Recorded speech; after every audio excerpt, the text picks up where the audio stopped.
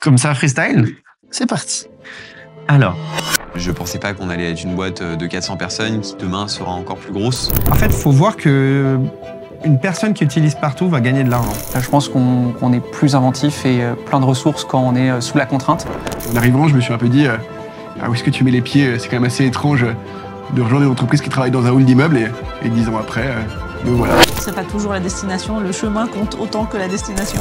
Et maintenant qu'on a un excellent produit et qu'on a gardé cet ADN de service client, et ben en fait c'est ça qui a fait qu'on arrive à être leader en France et dans bien d'autres pays partout dans le monde. Ça, je sais pas s'il faut le diffuser, mais c'est un vrai truc.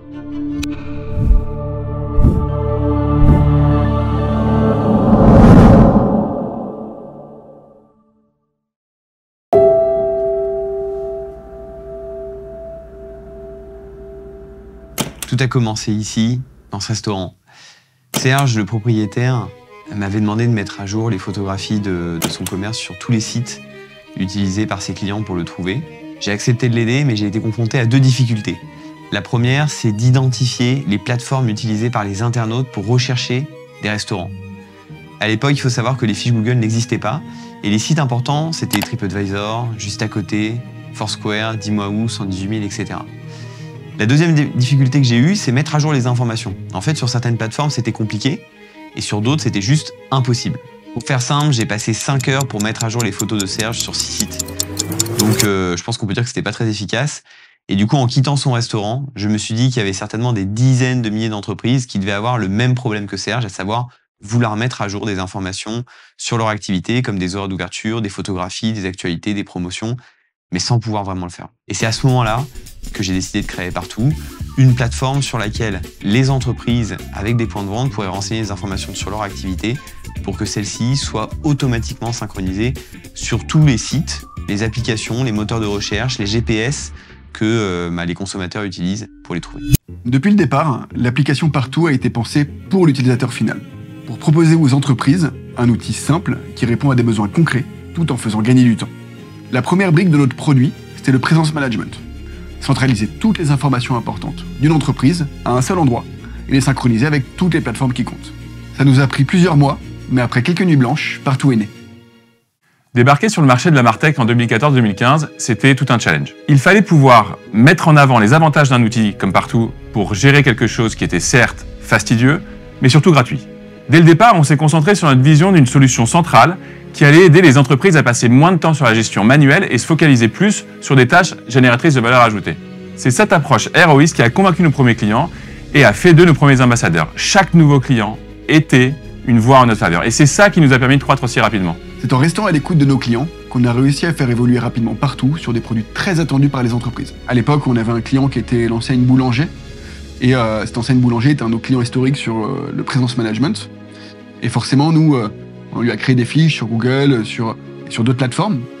Et au bout d'un moment, il s'est dit, en fait, merci de m'avoir créé des fiches, mais maintenant je commence à recevoir des avis sur ces fiches.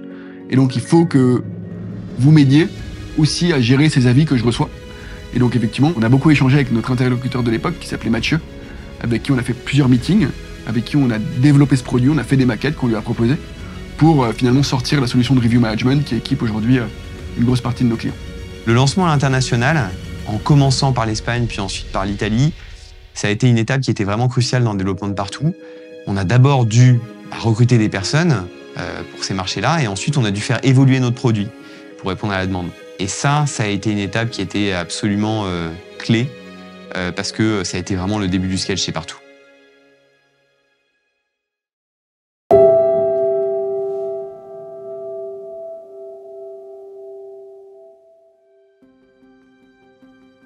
Le sujet du scale, il est arrivé assez tôt dans l'histoire de Partout, principalement pour répondre à la croissance de notre nombre de clients.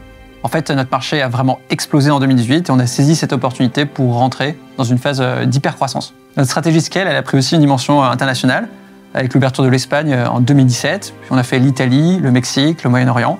La réalité, c'est que les problèmes auxquels notre produit répond, ils ne sont pas uniquement français, ils sont internationaux.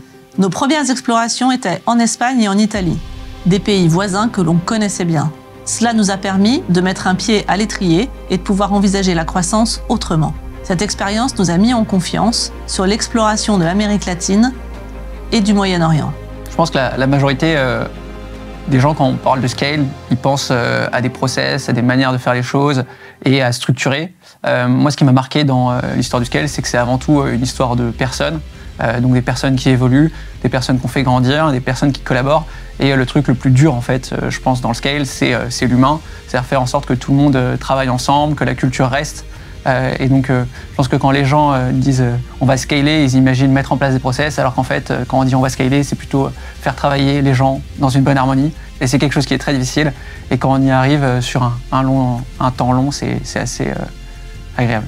Cette ouverture à l'international ne nous a pas empêché en même temps de développer très rapidement notre marché principal, la France. Nous avions décidé de centraliser la majorité de nos équipes à Paris, mais aussi avec un hub local à Barcelone pour l'Europe du Sud. Cela nous a permis de garantir la cohésion de nos équipes, mais aussi le partage de nos valeurs, et aussi maintenir un vrai alignement stratégique, quels que soient les marchés sur lesquels on opère. Recruter principalement pour les bureaux en France ne nous a pas empêché de se constituer une équipe multiculturelle et multilingue. En 2024, nos équipes parlent 8 langues et viennent des 4 coins du globe. Nous sommes très fiers d'évoluer dans un environnement si riche qui nous permet de grandir humainement et professionnellement. Et grâce à cette croissance, on a pu dépasser le palier symbolique des 30 millions d'euros de revenus juste avant de fêter nos 10 ans. Et pour se projeter sur les 10 prochaines années, on a lancé un nouveau plan stratégique. On l'a appelé le plan Hyperion.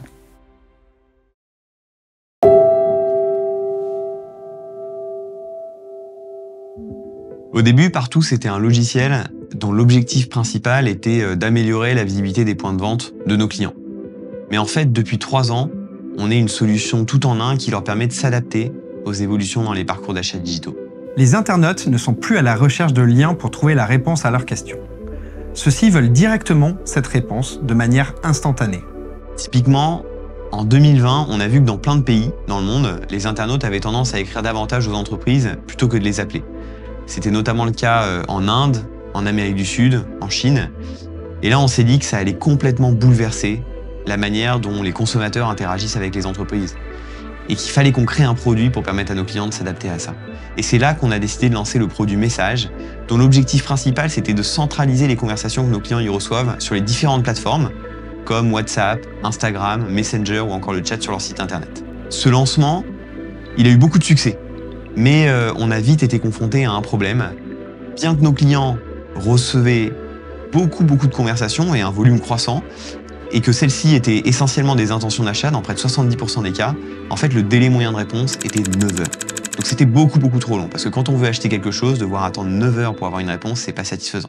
Ayant vu ce virage arriver, nous nous y sommes préparés très en avance. C'est pour cela que nous avons présenté en février dernier Jim, notre premier assistant conversationnel reposant sur de l'intelligence artificielle.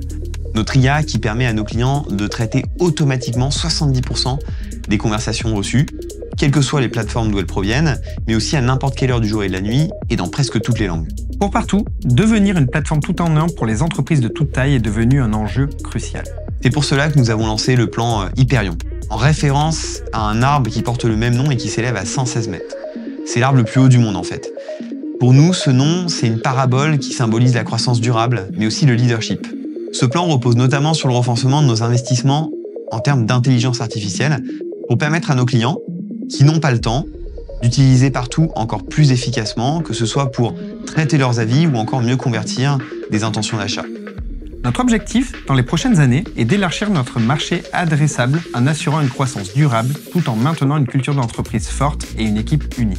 Ce plan incarne le courage, l'innovation et la détermination qui sont nécessaires pour que Partout devienne leader de son industrie. Et on espère que vous serez nombreux à nous accompagner dans cette aventure.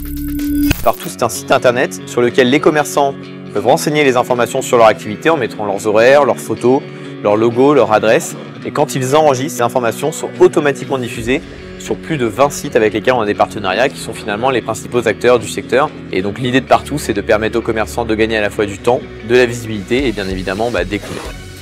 J'y ai toujours cru, mais je me suis jamais senti aussi confiant de prendre le leadership sur les marchés sur lesquels on est, en France, en Espagne, en Italie, au Latam et au Moyen-Orient.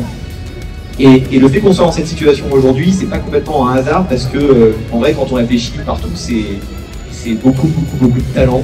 C'est un produit qui est vraiment exceptionnel, qui est bien meilleur que celui de la concurrence sur certains aspects.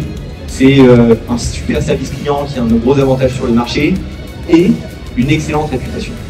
Et ça, je pense qu'on peut être très très fier de cet accomplissement collectif qui est franchement extraordinaire, je trouve, et qui fait partout un bel avenir, très bel avenir.